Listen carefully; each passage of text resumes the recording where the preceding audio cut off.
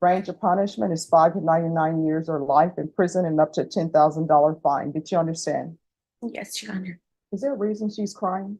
She's just upset. All right, what are you upset about? Just situation. I didn't expect this. What's upsetting you about the situation?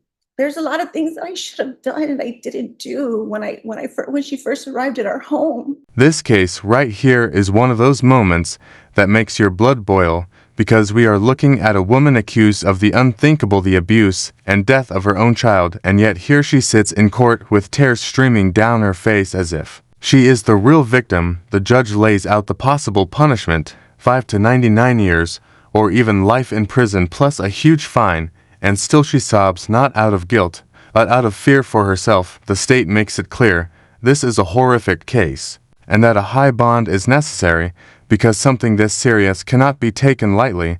But when you look at her reaction, it feels less like remorse and more like desperation, as if she just realized there is no escape. The judge refuses to lower the bond and reminds everyone that her safety in jail is being handled, yet all I can think is about the child, who will never get another chance at life. This is the kind of courtroom moment where you can feel the tension in the air, because everyone knows the truth. The crime is beyond repair, the damage is permanent, and no amount of crying will ever undo it. This is where real injustice needs to take the lead, because nothing else will make sense. All right, state. Your Honor, as you know, this case involves the death of a child. All right, everyone, please whisper. A pretty horrific death of a child. And at this time, they are allegations, but due to the serious nature, we feel that $200,000 is appropriate. But that if the court is willing to lower them, then obviously full conditions. But for something involving something like this, I feel like anything lower than 150 even would be just way too low. It also is a little concerning that no one's willing to help her, because then how is she going to be supported in the community? That's just concerning to the state, Your Honor. Well, just to clear it up, it's not no one. It's just people. Unfortunately, the people that are willing to help are just unable to do so financially. So. All right, the court is going to deny the motion, and the court has had no evidence on what amount of bond that she is able to make. So at this time, the court will deny the motion. And counsel, if there's an issue, is your client in protective custody? Yes, Your Honor. Now. All right, if there's an issue at the jail with her safety, just let the court know. But my understanding, she is in protective custody. Beyond that, that's all I can do. And counsel, I've always found them to be receptive if there's an issue with danger. Okay. Yes, Your Honor.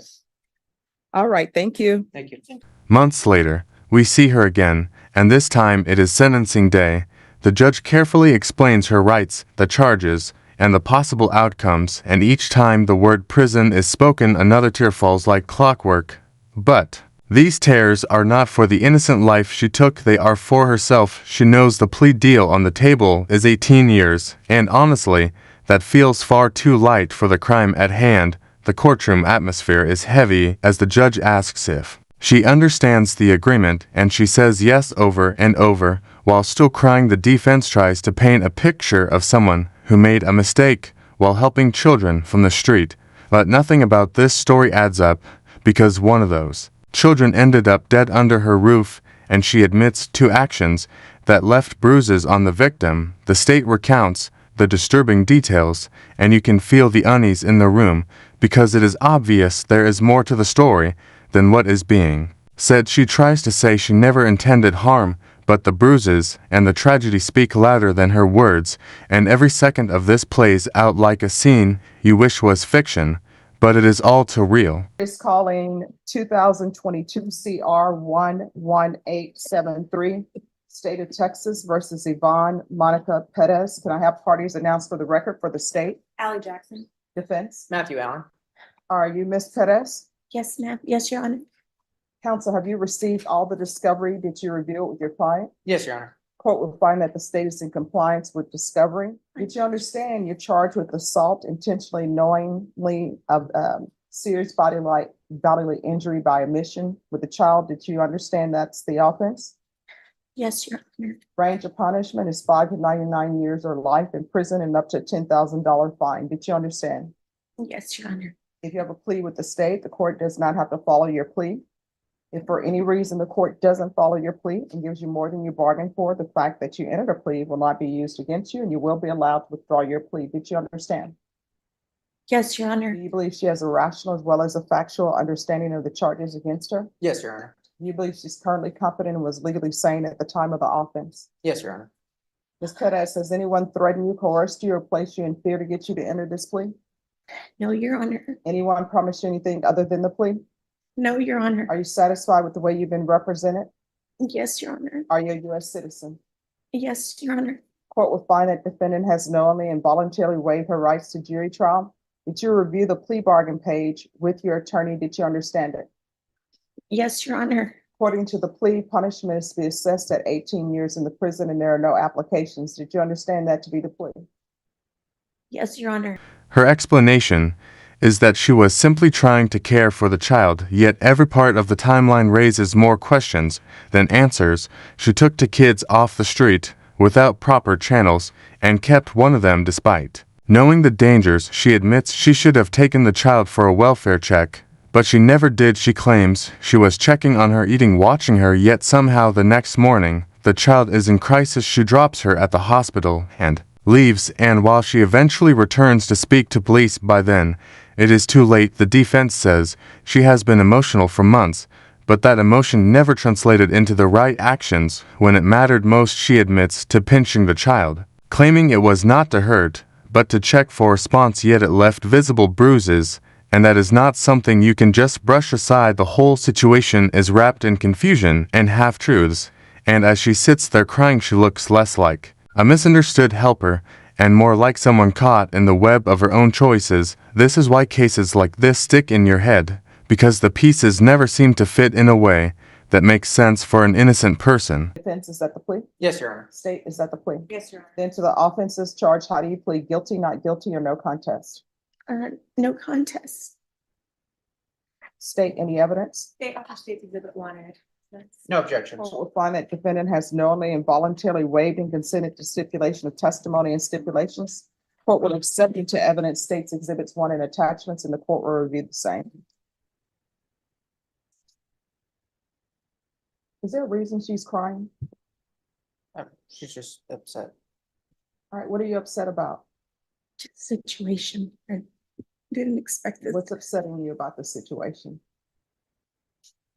Try to do something kind and just, It's just I don't know if the court has noticed, every time she's come in, she's been very, Crying. very emotional, Your Honor. I apologize, Your Honor.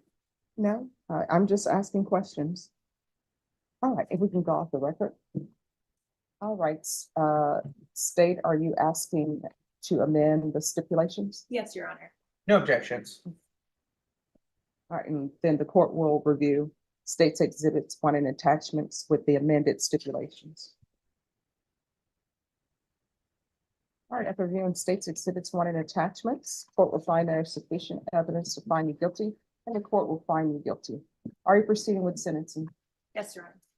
Yes, Your Honor. Anyone want to say why you should follow this plea bargain agreement?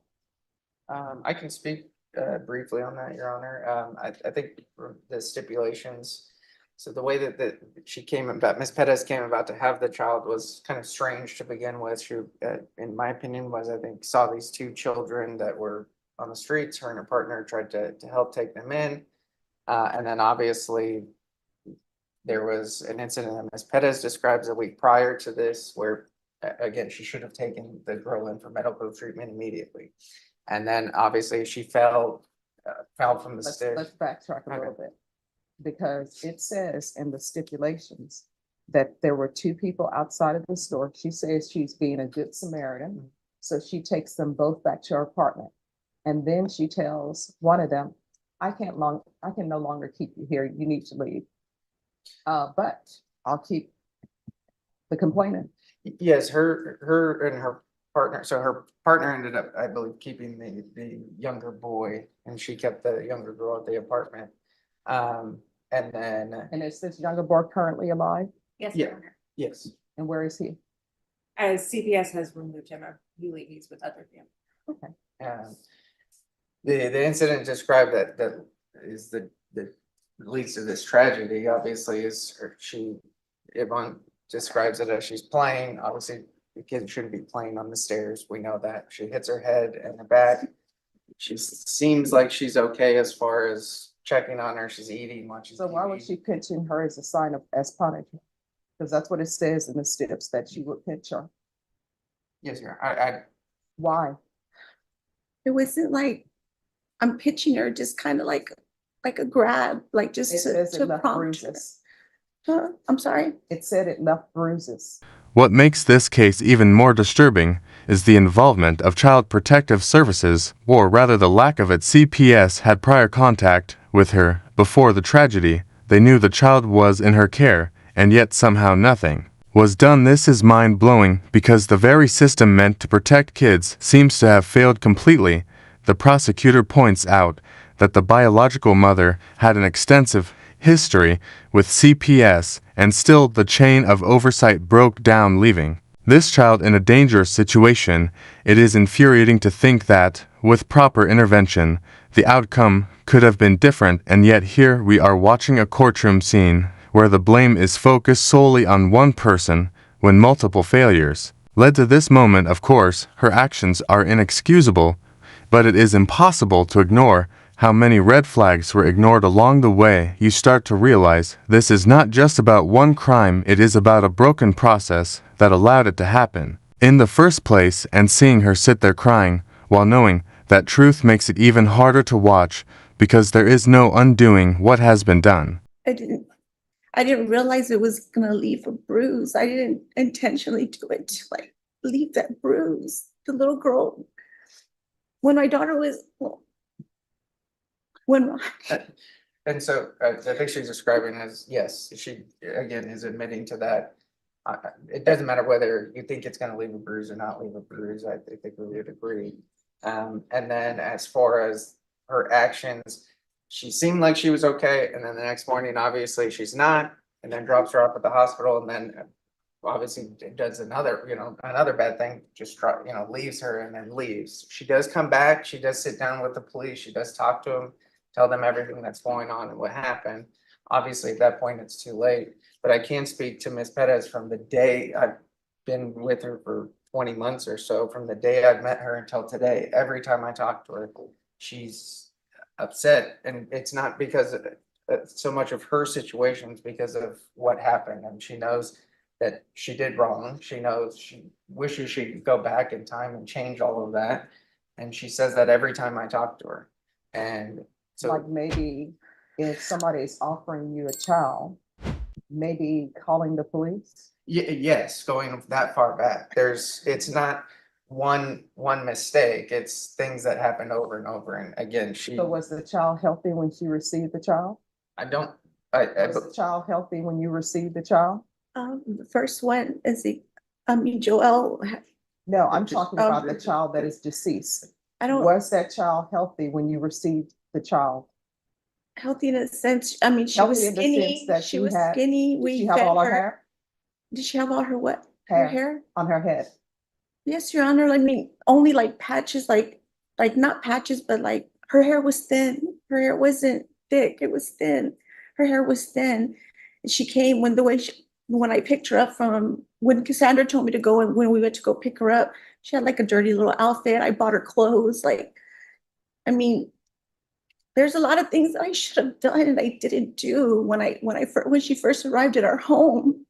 I should have taken her to get a welfare check. I should have done, and I didn't. I just was well, trying to- and like Your Honor said, help. I mean, the initial thing would be to contact authorities to go through the proper channels. I think CPS was contacted prior to They did. this and made contact with Ms. Pettis, so they were aware of the situation, but again, Aware of what situation? that the girl was staying with Ms. Pettis. But Was again, that before or after the child before, was taken to the hospital? before, I believe.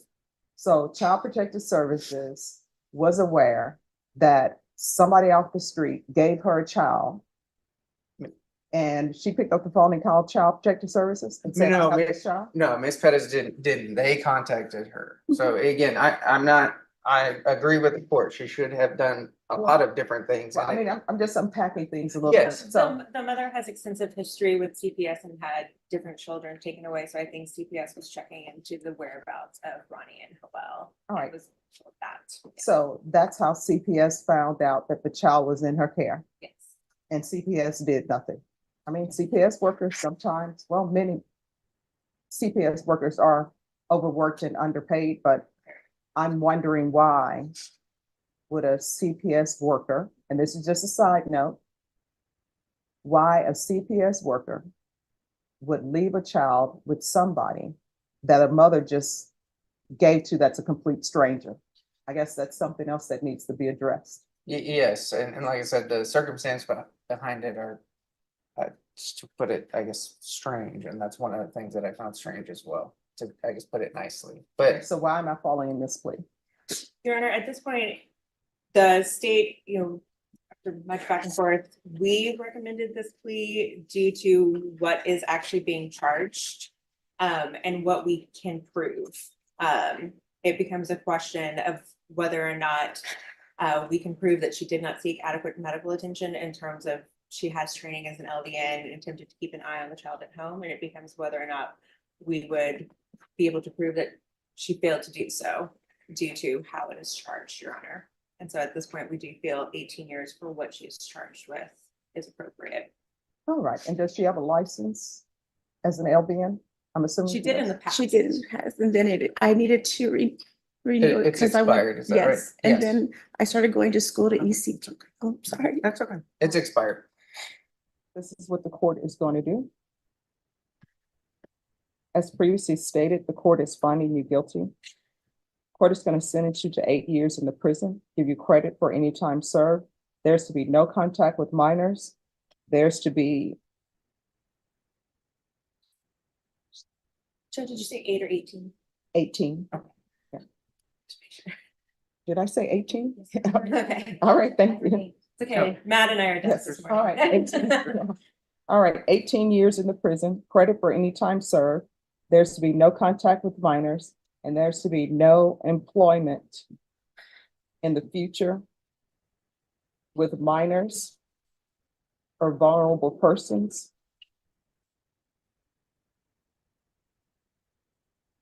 Is there anything else with regards to sentencing? Not sentencing, we do have victim impact, Your Honor. Hold on. All right, we can go off the record. Here's the thing, whether you had your LVN license or not, I saw where you took your dog to the groomers. When a child is sick, you take a child to the doctor. Yes, Your Honor. I don't know why. Sometimes people have more love for their animals than they have for little children.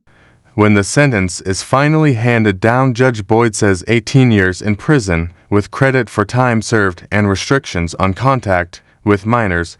The judge even points out that she took her dog to the groomer yet failed to take the child to the doctor, and that one line cuts through the air like a knife because it speaks volumes about where her priorities truly were. The defense and prosecution both know this plea is a compromise based on what could be proven in court, but that does not make it feel right for a crime so severe.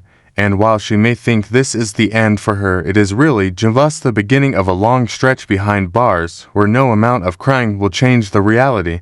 The community will never forget what happened. The viewers watching this will never forget what happened, and the child who lost their life will never have their story rewritten. Justice has spoken, but it feels incomplete because no sentence can truly match the loss caused by such an act, and that is why this case will haunt anyone who hears it for years to come.